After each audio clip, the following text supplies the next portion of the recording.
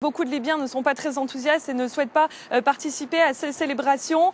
Vous vous en souvenez, en octobre, le Premier ministre Ali Zidane avait été kidnappé en plein cœur de Tripoli pendant quelques heures. Donc le gouvernement a vraiment très peu de contrôle sur la capitale et même sur l'ensemble du territoire. À l'est, la plupart des terminaux d'exportation pétroliers sont toujours bloqués depuis cet été.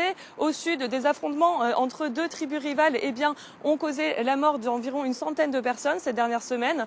Et puis, au niveau politique, les Libyens doivent élire ce jeudi le comité qui sera chargé de rédiger la nouvelle constitution, mais très peu d'électeurs se sont inscrits.